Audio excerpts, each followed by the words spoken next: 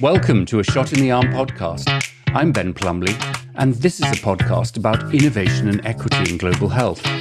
This is the second in an informal series looking at global health security, what it means in the light of new, existing, and future pandemics, and how health issues impact more traditional definitions of security, which, after nearly 30 years of a generally peaceful post-Cold War compact, have been thrown into confusion again. Well, our guest today is Stephen Morrison. He is someone whose thinking and advocacy has influenced many in the global health movement, myself included. He is a senior vice president at the Center for Strategic and International Studies, CSIS, and he's the director of its Global Health Policy Center. Steve, welcome to A Shot in the Arm podcast. Thank you, Ben. It's great to be with you, and I've enjoyed the podcast series, A Shot in the Arm, for some time. You've really created quite a nice body of work with lots of insight. So it's my honor to be here with you today, and a thanks to your production personnel, to Eric, for putting this all together for us. Well, it's very kind, Steve. I've got to say, you're someone that we've wanted to have on the podcast for quite a while. But first question, most important question, what does the J stand for at the beginning of your name? Well, that's a question that I've refused to answer now for 40 years. So, today I'm going to actually break with that for you, Ben. It's John.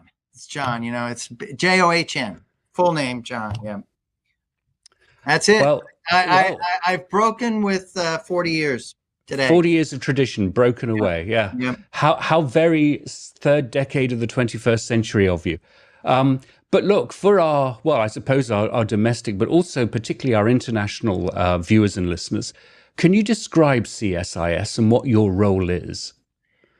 Well, CSIS, the Center for Strategic International Studies, it's a Washington-based, independent, nonpartisan think tank focused predominantly on foreign policy and international security.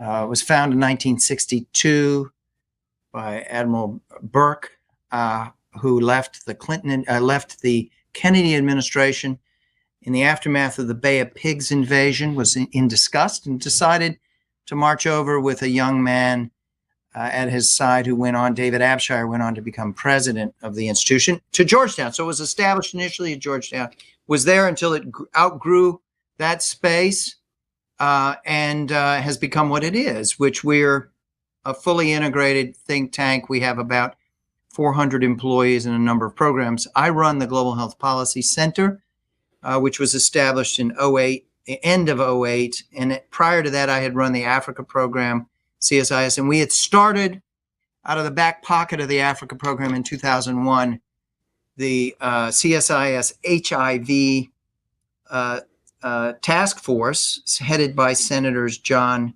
Kerry and Bill Frist, and that task force became quite integral in the early days of thinking through what became PEPFAR, and then we carried it forward for a number of years into 2007. I'm a political scientist.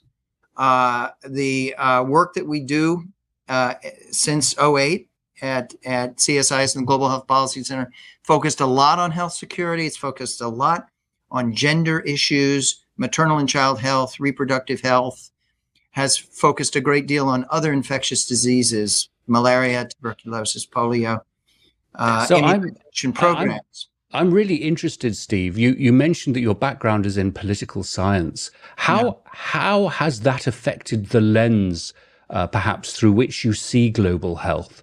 Has it been a help or a hindrance? Well, I hope it's a help. Although maybe I'm just struggling against myself. I don't know. Or those political scientists who are somehow buried in my head. I don't know. I think it helps in the sense that we, by definition, are going to take a fairly broad and multidimensional approach.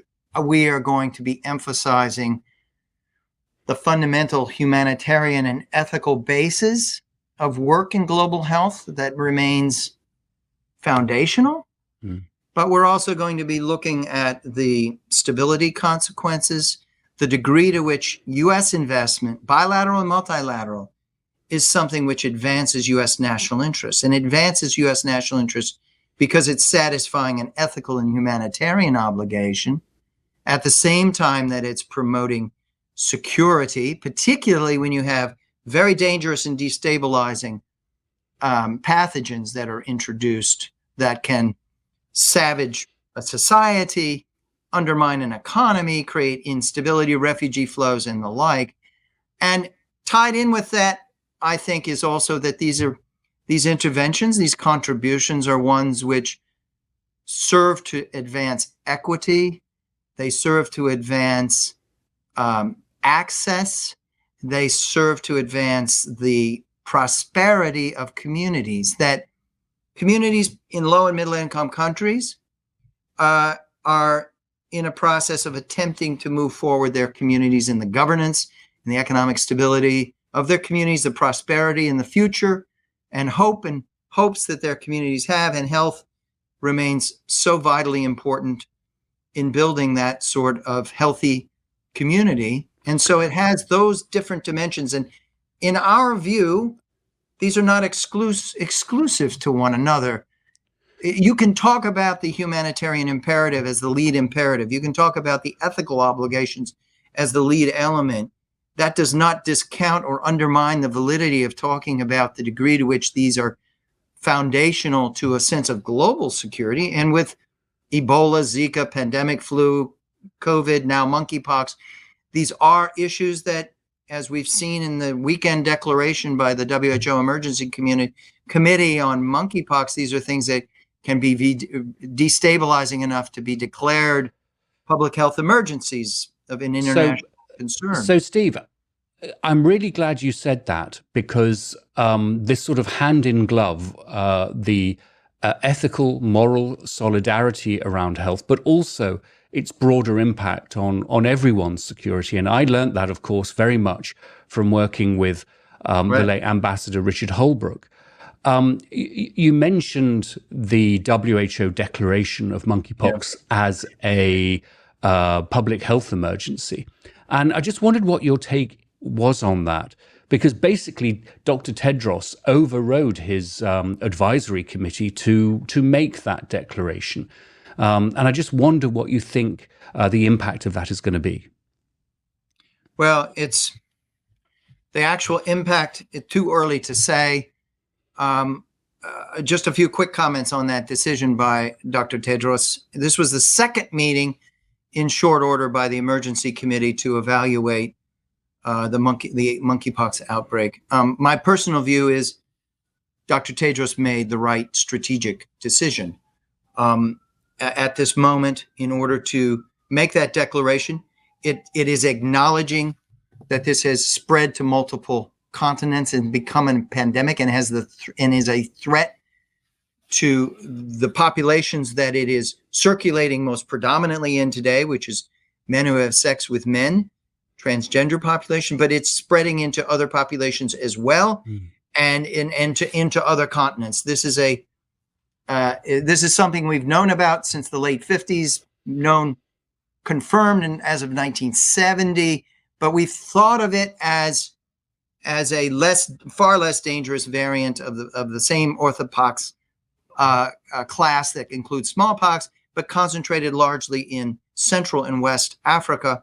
Well, that's now changed, and what we're seeing is the reality that this may become endemic within the United States, within Europe, within Canada.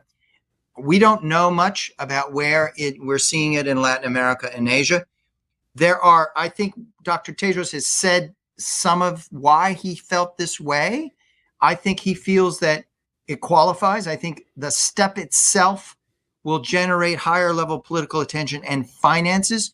This is suffering in the midst of this fatigued moment in the COVID response. We're 31, 32 months into COVID response, and attention has turned away. Finances are declining and the like, and there is an exhausted, demoralized, depleted health systems. I want to come back to the state of COVID in a minute. Right. But I really, to sort of get to the heart of it, wanted to understand your sense of what you mean by global health security. And I think monkeypox absolutely fits into that. And if you don't mind my quoting from the CDC, who still define global health security as the existence of strong and resilient public health systems that can prevent, detect, and respond to infectious disease threats. Well, monkeypox, COVID, and of course the Russian invasion of Ukraine, is this still relevant? How does health fit into the 2020 definitions of global security for you? Well, it fits in a much more prominent and credible and widely acknowledged place than it did before. Look, we've had a rapid succession of crises over the last 25 years. I mean, we had HIV emerge in 1981 and become a catastrophe, visible catastrophe in the raging wave of infections, particularly in southern and eastern Africa in the in the 90s and into the early naught decade. And that shocked the world, and out of that came the Global Fund, and out of that came new technologies, ARTs, out of that came PEPFAR and many other things, and a broader consciousness that extended into other infectious diseases and the like. And we've had SARS, the earlier version of SARS. We've had multiple pandemic flus. We've had Ebola and Zika, and now we have this. So the frequency, the velocity, the dangerous and colossal costs associated with these, it's difficult to argue that we are not living in an age in which we have to attend to these threats in much the same way we're trying to get the world's attention focused on climate change and the like, and they're not disconnected. No, not at all. And I, sorry to dive in here, and we're going to come back to this, the question of One Health, of climate change, of food security. All of these things are related in ways that perhaps we in the very early days of HIV didn't understand. We were AIDS exceptionalists. But there's one other feature of the moment that I'd really love to get your thoughts on. You have said that Russia's invasion of Ukraine in February has had a radical and dramatically rapid impact on the emerging pandemic preparation agenda. What did you mean by that? Prior to February 24th, which was the date, 6 a.m. when Russia invaded Ukraine earlier this year, prior to that, we'd already begun to see a sea change happening within the world with respect to COVID. We were seeing the wall of immunity created by the mass vaccination effort against Omicron tearing through the world really fast and creating a wall of immunity from infection with COVID. We saw the advent of therapies. We saw fatigue and populations across the world saying, we want this to be over. We want to move out of the emergency phase into endemic. Political attention was declining. Finances were becoming much more difficult. We've seen that in the United States play through over the last 6 months, repeated debacles over trying to get predictable and reliable funding for the response on COVID, both the response and preparedness. And then we have Ukraine happen. And what has that meant? Well, it's meant many things. On the finances side, from the U.S. standpoint alone, it's consumed $54 billion in emergency money. And that includes some for the food insecurity and the like. But it's geopolitically dominated the attention of the Transatlantic Alliance and others. So in terms of high-level focus, prioritization, and money, it is profound. It's the first major war in Europe in 70 years. It's a long war. It's not being resolved quickly. It's going to stretch well into the next decade. It's enormously expensive. I just cited the $54 billion from the U.S. You can add together the many other commitments, and you can think about what the reconstruction is going to look like. The other thing I'd say is it's changed the geopolitical order. Russia is going to be on the outs for a very, very long time, and likely aligned with China. We're staring at the possibility of a Cold War bifurcation between the transatlantic alliance, China and Russia. And then the question is, where are the alliances or the allegiance of the low and middle income countries? And that's something we can talk about. The last thing I'd say is it's released a sudden surge of geostrategic threats against low and middle income countries. Look, interest rates are rising really rapidly. That's pushing these countries into debt distress, very, very acute debt distress. And it was already fragile, but it's sending that up. Fuel costs are soaring. Inflation is part of that, going through the ceiling. Food insecurity. Now we have the Istanbul Accord. Hopefully that will ease some of that. And when you get rising food, the last food shocks we had in 2008 set off riots. Look at what's happened in Sri Lanka. That's a pretty dramatic meltdown that captures some of what I'm arguing here, which is that 4 or 5 of these major vectors of instability are being aggravated and driven forward as a result of Ukraine. And that pushes the COVID agenda back on out of view. I mean, if you look at the statements being made by major bodies about this, you see very little reference. If you go to the G7 communique, the lead items don't make any reference to this. There's a nice 2-page, page and a half statement in the communique that repeats the past commitments, but it's not front loaded at all. And so now that's what sorry. So there are 2 elements to this that I think you've touched on that I think are really interesting. And the first episode we did on global health security was with Gail Smith of the One campaign. And I put a question to her, and I hope you don't mind if I do the same to you. And it kicks off with a quote that Tony Blair made, which has really struck with me. And he said that Africa is never going to want to be in the situation again where it is having to rely on international cooperation in circumstances where it's obvious that in a pandemic, every country is going to look at its own interests. And Steve, what I take from this is that it's really in the West's strategic interest that we support in middle and low-income countries, or in security terms, the non-aligned movement, that we help them build local manufacture, that we think about vaccine equity, because why on earth would we expect them to support our collective position against Russia when the pandemic hit? We weren't able to provide the kind of resources to them, and we had essentially a sort of a vaccine nationalism. What's your take on this? You're talking with specific reference to Africa, right?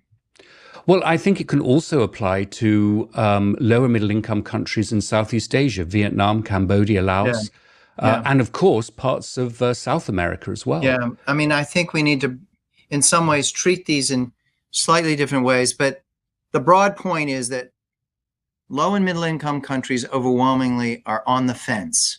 They're hedging their bets in the midst of Ukraine.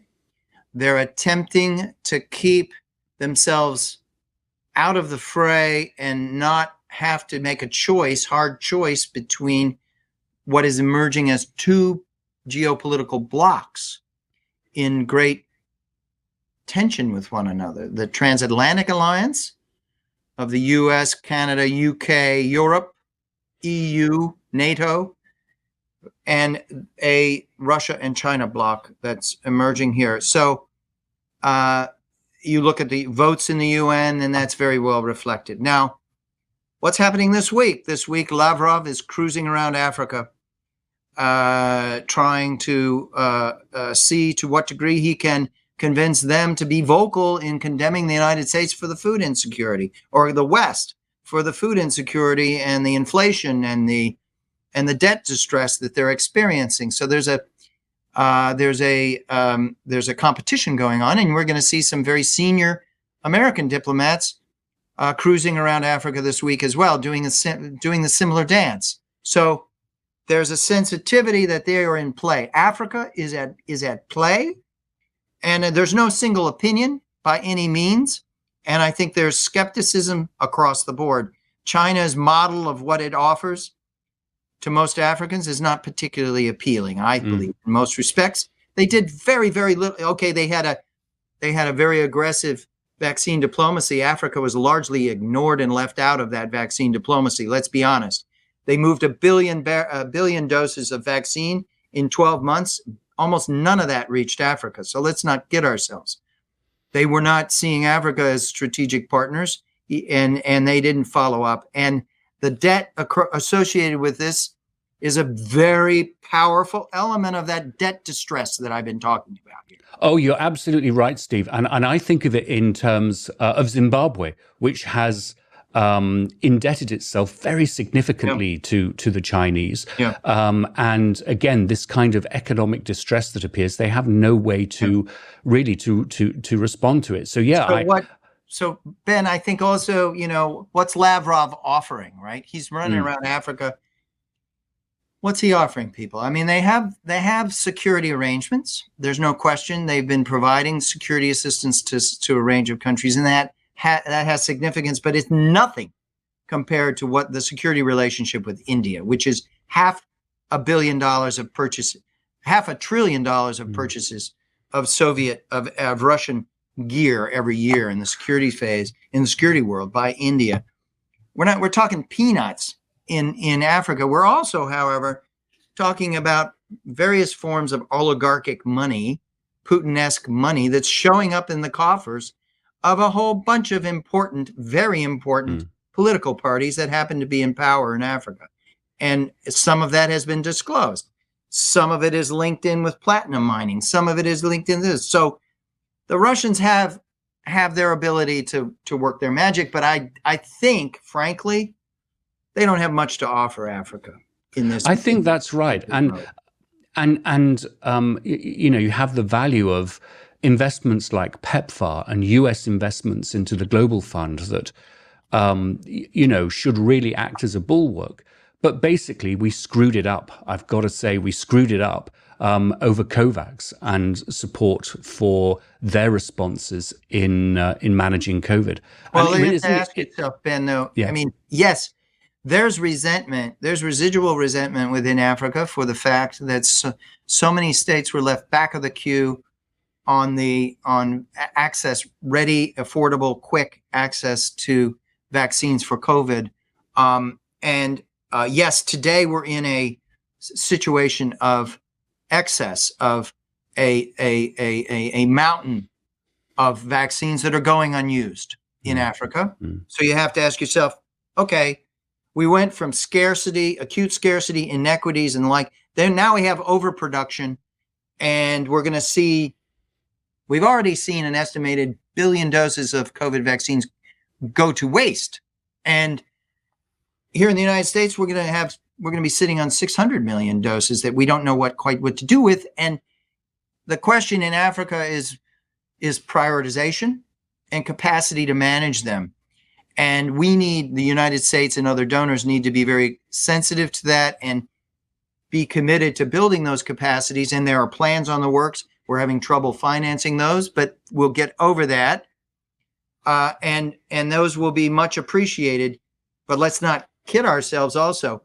Where in Africa are we seeing the prioritization of keeping the course on immunizing against COVID?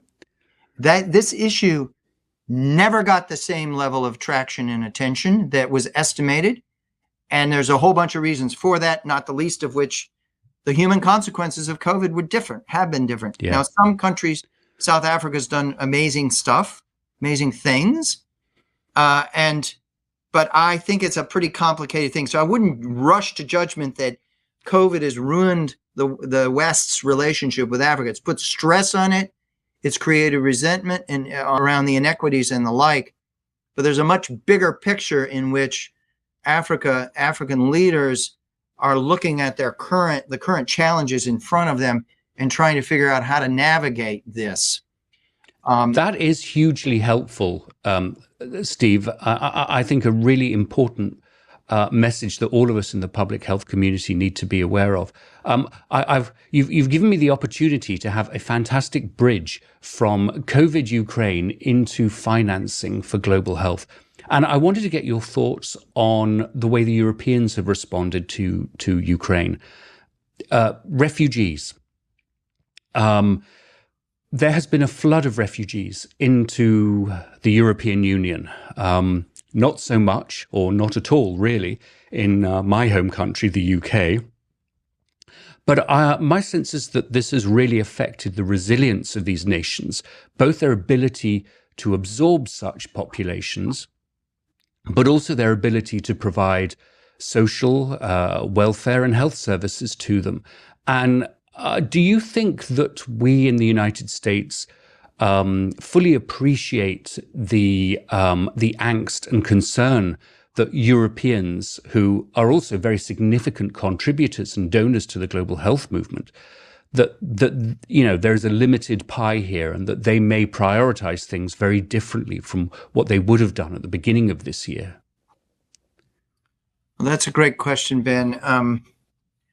A couple of thoughts. I mean, we've been paying a lot of attention to the human consequences of what's happened in Europe and elsewhere, and internal to Ukraine. The first phase of this war, the EU member states showed just remarkable unity of purpose, generosity, openness.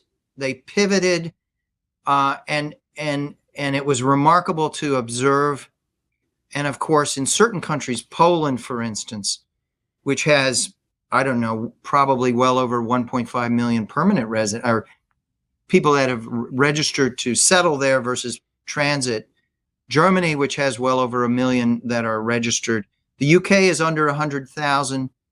But many countries in this period, they put the lead responsibility for absorption and finding housing, healthcare, schooling, employment, and the like upon municipalities. And those municipalities were then reimbursed, and they were supported through the generosity of the EU provisions that were made, and they were offered up to a 3-year period, which was an astonishing policy and a stabilizing one, and extraordinarily generous.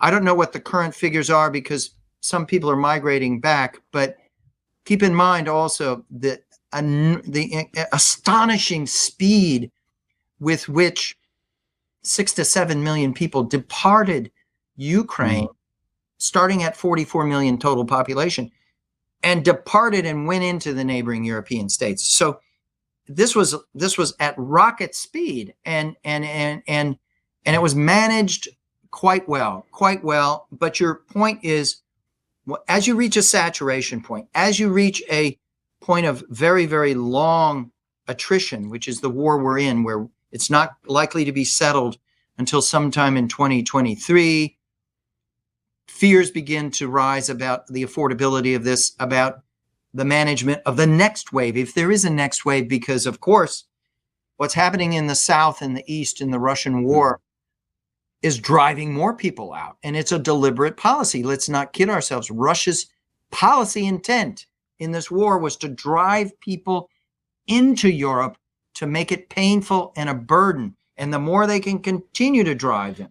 And let me just recount one story in this regard. I was talking last week with a very prominent European official in the health sector who said, and this was in a private conversation, said, we don't talk about this, but my country is bringing hundreds upon hundreds upon hundreds of people into our medical system, people who have been dismembered through the deliberate shelling of civilian neighborhoods because they have body armor, their heads are protected, but they're losing their legs and their arms. And our system is full of hundreds upon hundreds of these people, and they're going to survive and be able to function with prosthetics. But that's the picture of Ukraine for the next generation when this war ends and people come back. And we haven't really fully appreciated the magnitude of that, of what that means. The other thing I'd add about the angst that Europeans have, you have the frontline states, Poland, Romania, Baltics, and those that are now joining NATO, right? The Swedes, the Finns, they've got to worry day to day about security attacks that come their direction, and that includes Slovakia and others. And so they have a historical memory that's alive and well on that. Then you have those that are a step back that are saying, wait a second, can't we end this because we fear the broader economic consequences? This war is coming on top of the pandemic's impacts on supply chains and upon recovery of growth. And so the recession that we're pushing into globally, the war is a central factor. The pandemic is a central factor. China's zero COVID is a central factor. You see, I wanted you to talk about China. You've mentioned this before, that the zero COVID policy, it's not just a public health response. It has the potential to have a major impact on the state of the global economy. And, as we start talking about funding mechanisms, essentially, donors can really only make significant contributions if their economies are strong enough and resilient enough to be able to do so. So, yes, what is going on with China's zero COVID policy? How's it going to affect things? Well, we've seen what's happened. I mean, just to back up for a moment, I mean, COVID, the advent of COVID, 1st of January of 2020, last day of 2019, the Chinese go into a very, very strong lockdown. I think it was 76 days or something around that order. Fearsome lockdown across the country. And then they are able to institute a system of highly digitalized surveillance, electronic surveillance, and fierce lockdowns whenever there were outbreaks, and then closing their borders and instituting a system nationally for that. And it worked. It worked in the early phases to allow the remarkable recovery of the Chinese economy at the end of 2020 into 2021, and the suppression of the outbreak. But that has stopped with the arrival of these super fast, super evasive virus, Omicron subvariants. The other thing I'd say is that, of course, there's also been the problem with the quality of their vaccines. Right. And there's been the fact that they have been loath. They face significant resistance and hesitation to vaccines, particularly among their elderly population that have had historically very bad experiences with government vaccines and are resisting. So you have 100 million of the 1.4 billion Chinese that are acutely vulnerable, and they're elderly, and they're undervaccinated or unvaccinated. So then you get this in the spring, right? In the spring of this year, you start seeing these outbreaks, and the worst, of course, in this early phase was in Shanghai, brutal lockdowns, but it spread into many, many different areas that were the zone of the greatest production in the country. And so at one point in May, June, there were almost 400 million people under total lockdown and that was hugely disruptive to production, to consumerism, and to export markets. They've been able to institute a system, amazing system of testing 500 million people every 48 hours, so they've been able to restore some stability. But today, 31 cities are in lockdown, and over 300 million people, or 250 million people under lockdown. And it's a whack-a-mole thing. It's multiple concurrent outbreaks followed by lockdowns and the like, with huge economic consequences that have been exported to the world, so that our threat of recession that everyone's talking about, are we heading into a global recession? Many, many leading economists believe we are. We'll see what happens. But what's happening in China is one of the 3 or 4 principal drivers of that, along with the Ukraine war and the broader impacts of the pandemic. And it reminds me of something that Richard Holbrooke said to me many, many years ago which is watch the growth of the Chinese economy. And if it begins to stumble, then we have a global catastrophe on our hands. And, we're just looking at new data, and it looks like it's going to be pretty much a wash this year, that there won't be really any meaningful growth in the country. So this brings us, Steve, to the question of financing mechanisms, because in the middle of all of this, we have the replenishment for the Global Fund, which is so critical, so important to saving lives from AIDS, TB, and malaria. And of course, we have the World Bank's new financial intermediary fund, the FIF. And, I'd love to get your take on the FIF first. I confess I was rolling my eyes when I saw the same old donors saying the same old things and potentially talking about the same old money that we're currently investing elsewhere. And you're much more optimistic, though, aren't you? I am, and I do think that we need to look at the fifth not as something that is in a zero-sum game competing for scarce dollars with the Global Fund or with PEPFAR or with other worthy instruments that are essential for global health. I think we need to look at this as a tool that has emerged with a surprisingly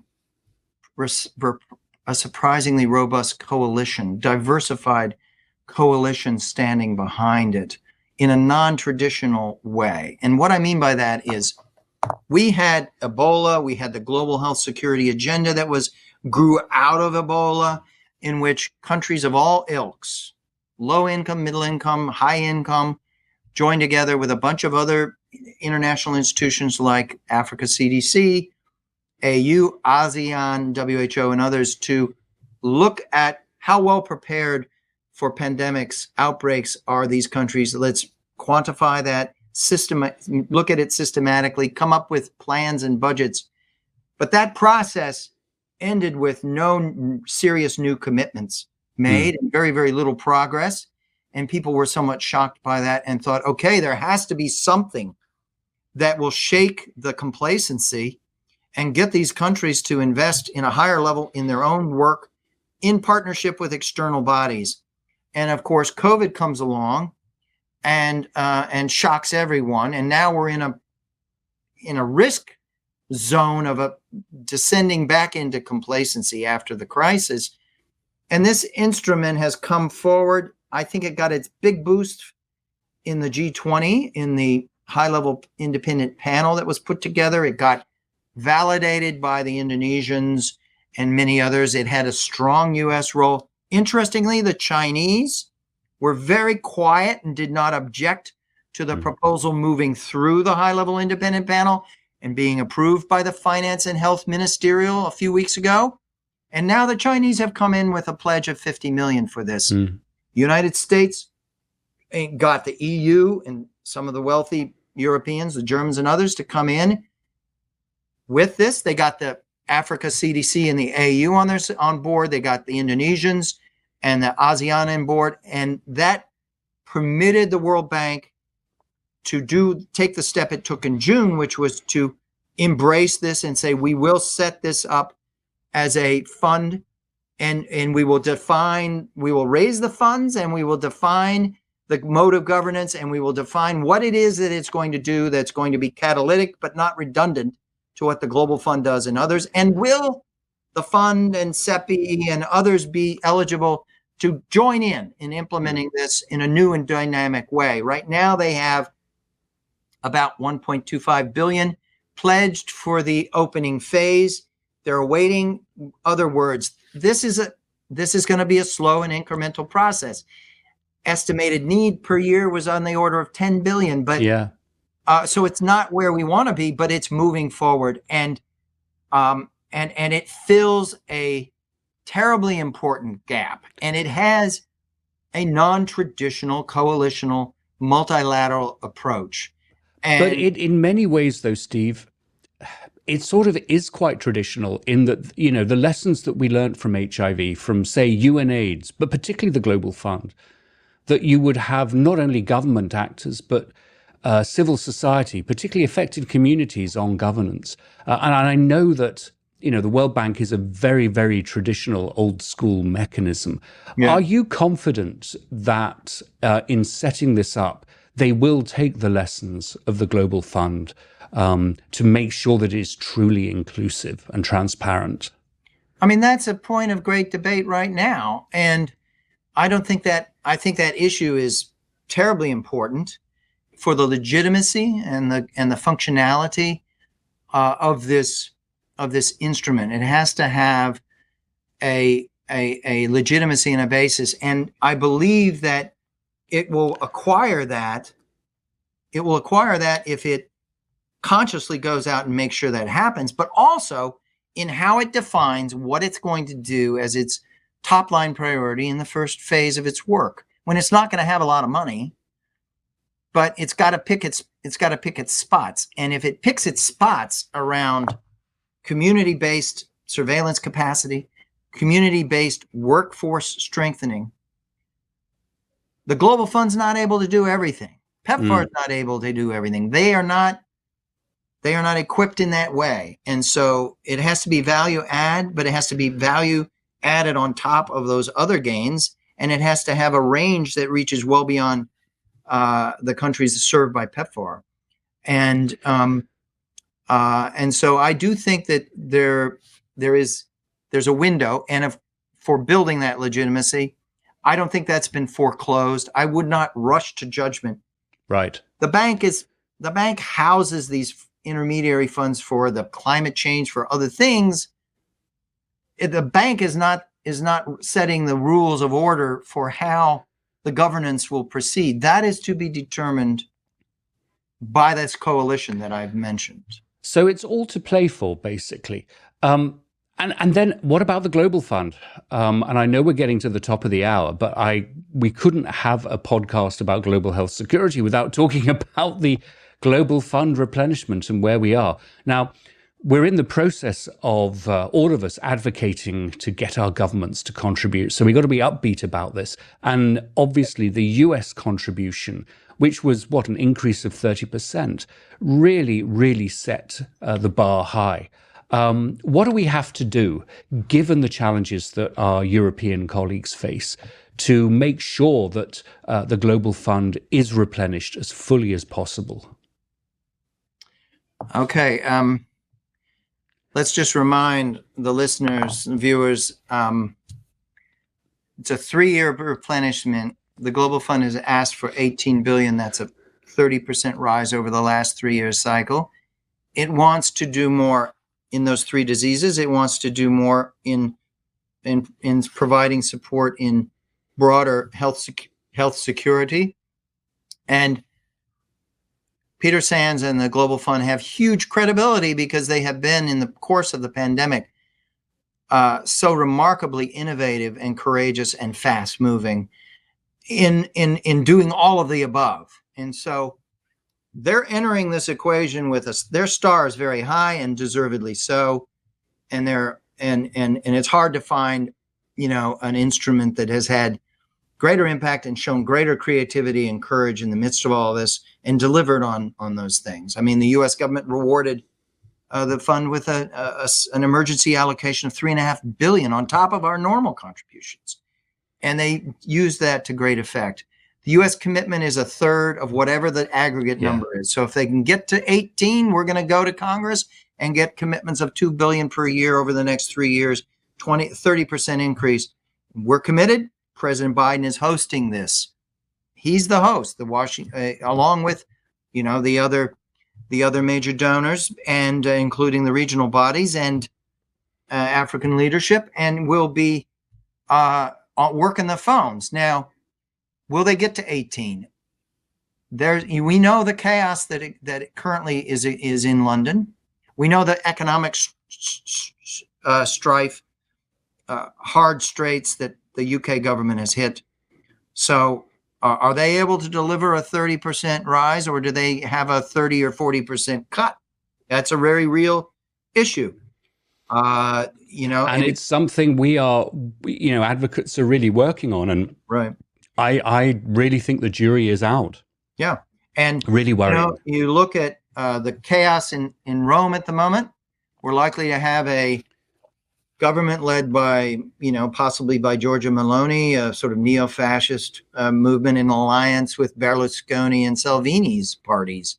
What are they going to think about this? How much are they going to go to the mat on this? The French Macron has to, he has to walk a little bit more delicately after the collapse of his alliance or his party base within Parliament. So it's a period where there's a lot of, we're on the edge of economic recession. We have all of the demands, as we've talked about, associated with the Ukraine crisis on the human level and on the economic level, and the security requirements for that.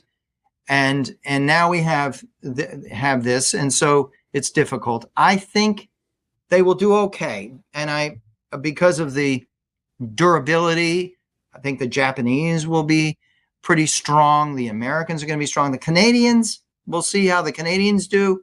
The EU, very interesting there as well. I would caution to say, though, that if it comes in, if ultimately the number that's attained is lower than 18, let's say it's 16 or even 15, we should not declare that as a defeat. Right. That should be seen for what it is, which is an affirmation of the mission of the Global Fund and the centrality of the fund. And yes, we wish it would be higher. And we don't want to get too much enthralled in accepting those lower numbers. But if we have those lower numbers, there's still a gain over the prior budgets in the midst of amazing adversity. So let's not get ourselves into a mix where we wind up devaluing things that are great achievements, actually. Well, that leads us very nicely into our wrap-up question, Steve. Reasons to be cheerful. And I'm premiering this with you.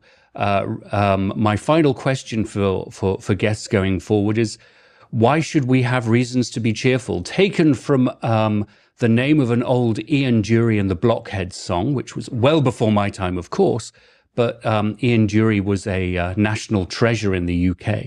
So what are reasons to be cheerful, Steve? What are you optimistic about?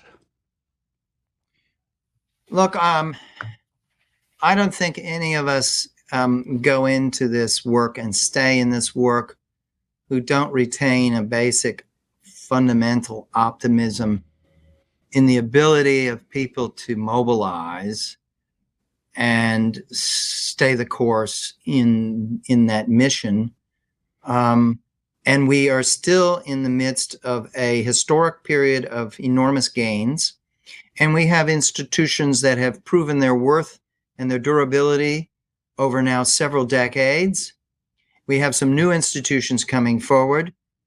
And so I remain optimistic on that score. I may remain optimistic also on the science and technology side of things, because we are in a period where, for the HIV crisis, it was the development of ARTs and then the mobilizations to make sure that they were affordable and equitable and disseminated to those who needed them. And we've had enormous success.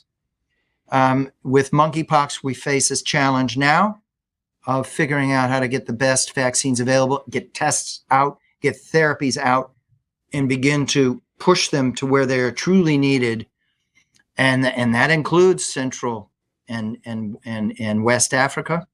That's going to be difficult. And COVID, the COVID battle is not over. The virus is not gone. The virus is going to continue to remind us and prod us to do better.